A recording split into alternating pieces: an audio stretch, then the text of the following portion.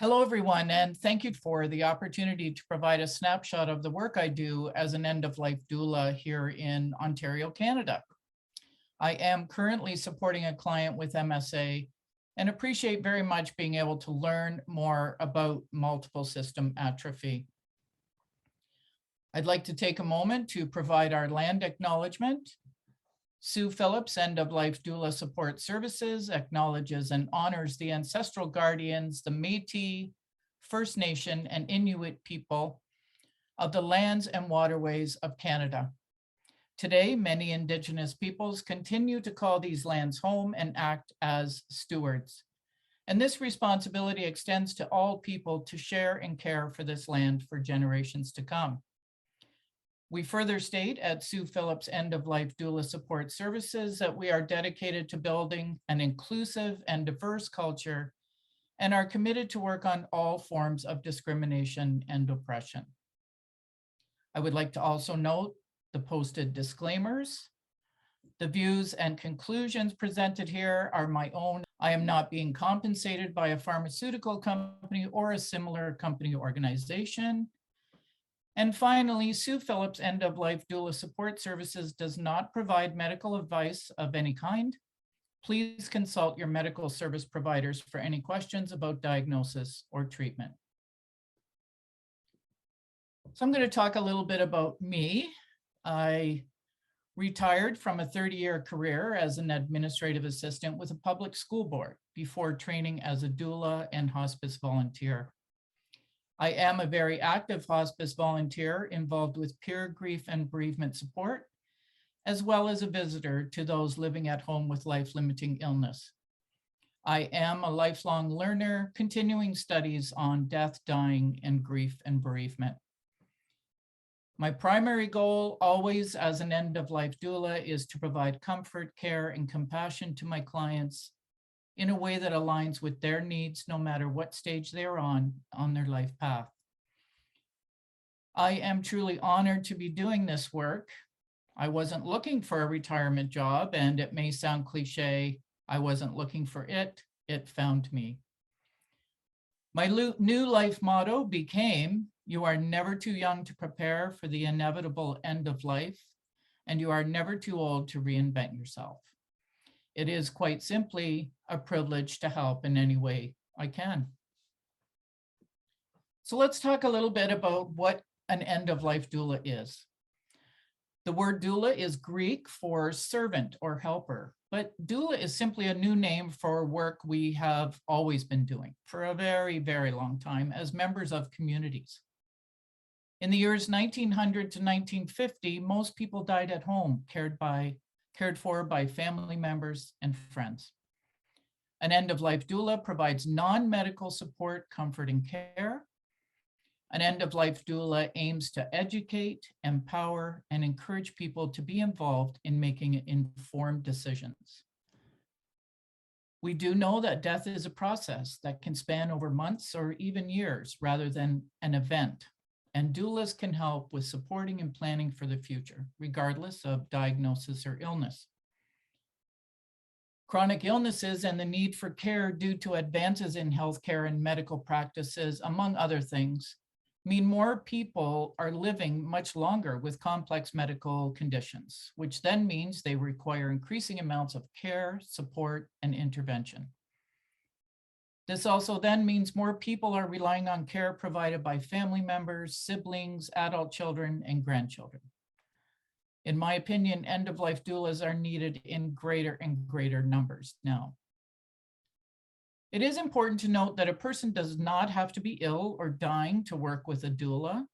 Pre-planning is highly recommended and a big part of services that we can provide, ensuring you have the necessary steps in place. It's also important to note that end-of-life doulas focus on practical, emotional, and even spiritual support. Our role is always to walk beside you, honoring your needs and wishes, rather than coaching you from the front or pushing you from behind.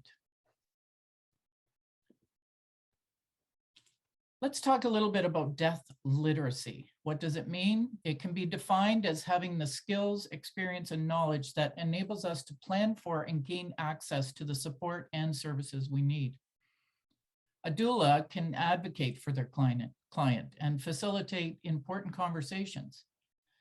It is a fact we are, for the most part, a death and grief avoidance society. Death was frequently a community event. As a result, death had a familiar face for adults and children alike. This approach meant that people were acquainted with death from an early age. Historical trends and cultural changes have resulted in the experience of death being very foreign and frightening for many contemporary people. This then leads to a wide range of myths and misconceptions around death. This then also means the need for end-of-life literacy is vital if we are to increase our understanding in how to best plan for this inevitable transition.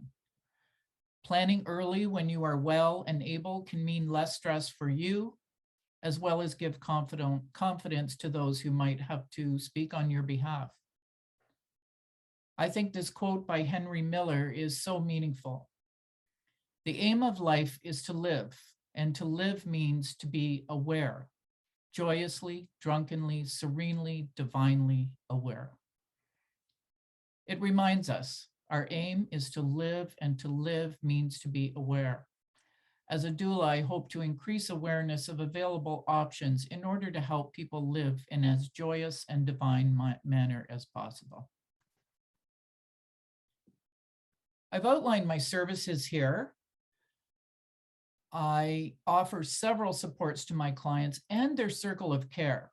Once we have an initial discovery call, we can focus on the supports that best serve you.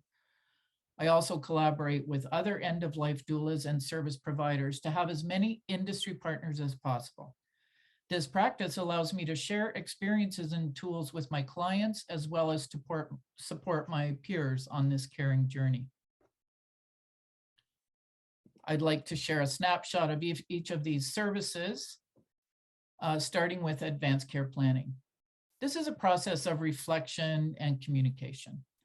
Working through the advanced care plan will prompt you to consider the values you hold close, as well as your own understanding of your specific healthcare needs.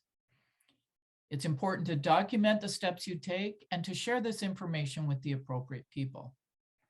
A doula can guide this process for a client and the client's circle of care or their family team. Your advanced care plan will help your substitute decision maker feel confident in the fulfillment of your wishes. I will also be adding a companion document to the advanced care plan called My Personal Comfort Plan, created by Chelsea Peddle of Circle Space. This adds even more comfort details to your wishes as you are approaching or are in your final dying space. It's important to note here that legal documents and language are different depending on where you live. In Ontario, our legal documents are our will and power of attorney for property and power of attorney for personal care. Your advanced care plan is not a legal document in Ontario, but can be kept with your personal power of attorney for personal care.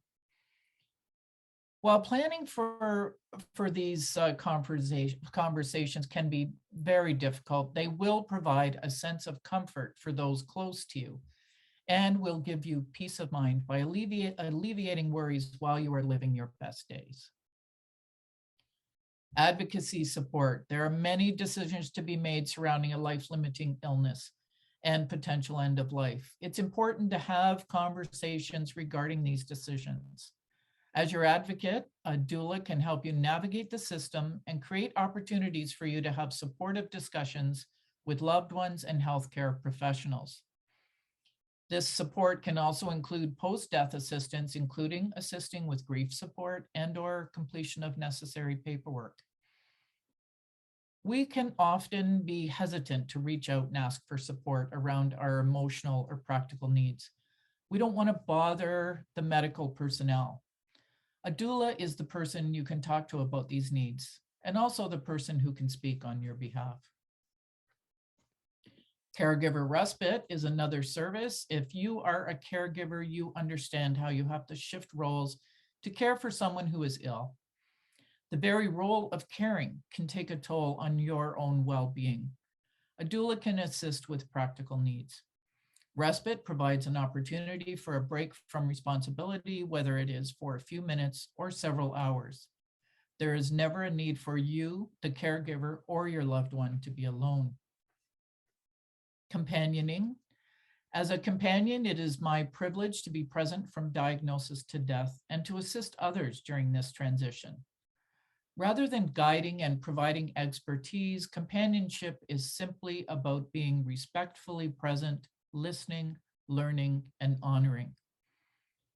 It is often easier for both the living and the dying to feel a sense of togetherness during an end-of-life transition. Next, we have Vigil Attendant. Vigiling with the dying means being peacefully present at the bedside during the final hours of an individual's life so that the loved one is not alone. I am also a funeral celebrant, and as your chosen celebrant, I would work closely with you, your family, your loved ones, to ensure the funeral or celebration of life truly reflects your vision, wishes, and personality. Legacy project facilitation. A life-limiting diagnosis often leads people to contemplate what they will be leaving behind, their legacy. Unfortunately, it's all too common to see these thoughts remain unexplored, and as a result, they are never actually put into motion. As your doula, I can help you decide on and help you create this legacy. A legacy project beyond a financial legacy, which would be included in your will, is the process of transforming your thoughts into action. It is the act of purposefully creating something tangible that your loved ones can treasure, whether it is a piece of art, a recording, a written word, or something completely unique to you. Currently, we run several community groups. One of them, which is a very big passion of mine, is our Goodbye Story Cafe, a storytelling series. Rather than grief support or counseling, the Storytelling Cafe is intended to serve as an open, accessible space for sharing our experiences of illness, death, loss, love, forgiveness, understanding, and more. Stories and discussions are respectful, honoring our varied perspectives and experiences. We also run peer grief and bereavement support groups. These groups are an opportunity for communal, social, and emotional support for those who have experienced the loss of a loved one. And we run industry information groups and workshops, exploring what it means to live well and die well. These have included topics such as ambiguous loss, home funerals, and much more. Our community industry information sessions, storytelling cafes, and peer grief and bereavement support are all free sessions currently happening virtually due to COVID. And we also present workshops that can be at a cost to attendees. And an example would be our first workshop this fall. It's a one-day workshop called Reclaiming Your Legacy, Fall in Love with Your Own Story. And finally, I'll close by just addressing some frequently asked questions. First one being, isn't doula support another layer of expense for people, and what are your costs? So yes, I do think that a doula can add to the expense. However, I believe there is a place for all services, and only a client can determine whether the support of a doula is of deep value for them. I do charge an hourly rate for individual services. And if I am booked to provide a funeral or celebration of life celebrant services, I have a flat rate and additional costs depending on the scope of the event. I can help with the event from start to finish. Next question would be, how would I start to work with a client?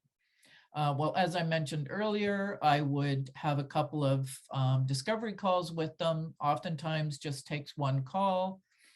We talk about whether they understand my role. Do they have any questions about the services I offer? And I will let them kind of speak to what jumps out for them, what resonates for them. But often I would start with the advanced care plan. So some pre-planning there just to kind of move that out of the way as soon as possible to get to maybe some of the emotional support that they might need. A big question that I do get, especially from people outside of Canada, is as a doula in Canada, do you endorse or encourage people to utilize medical assistance in dying, the MAID process? I do not encourage or endorse specific treatments or practices. As I mentioned, my role is to fully support my clients' decisions and gather the information they need to make decisions. I can say that every client that I have supported over the last 7 months have all asked me for information on this process. Doesn't mean they're going to follow through, but they are definitely appreciative of the opportunity to explore the option. On a personal level, I will say that I am grateful that Canada has choices available to those of us who wish to utilize them. And finally, another question would be, why would I hire a doula when I could obtain volunteer support from a hospice or a care home? And for me, I believe there's room for everyone. As I mentioned earlier, we need all the support we can get. And I myself am a very active hospice volunteer. The more people we have supporting us, the better. I believe one difference would be consistency with a doula. You can decide, you, the client, can decide when you want your doula support, and you can count on that happening. Often volunteers cannot commit, and you may have different volunteers all the time. So consistency, I think, is the big difference. So that concludes a snapshot of what I do in this very important work. I treasure the work I am doing. I have spent the last 2 years networking, taking classes, attending webinars, and I'm just so thrilled to be doing the work. And I hope you have found this information helpful. I always look forward to sharing information on the work I do as needs become greater in our communities. And I encourage you, if you have any questions or would like to reach out in any way, you can find me at suephillips.ca. Thank you.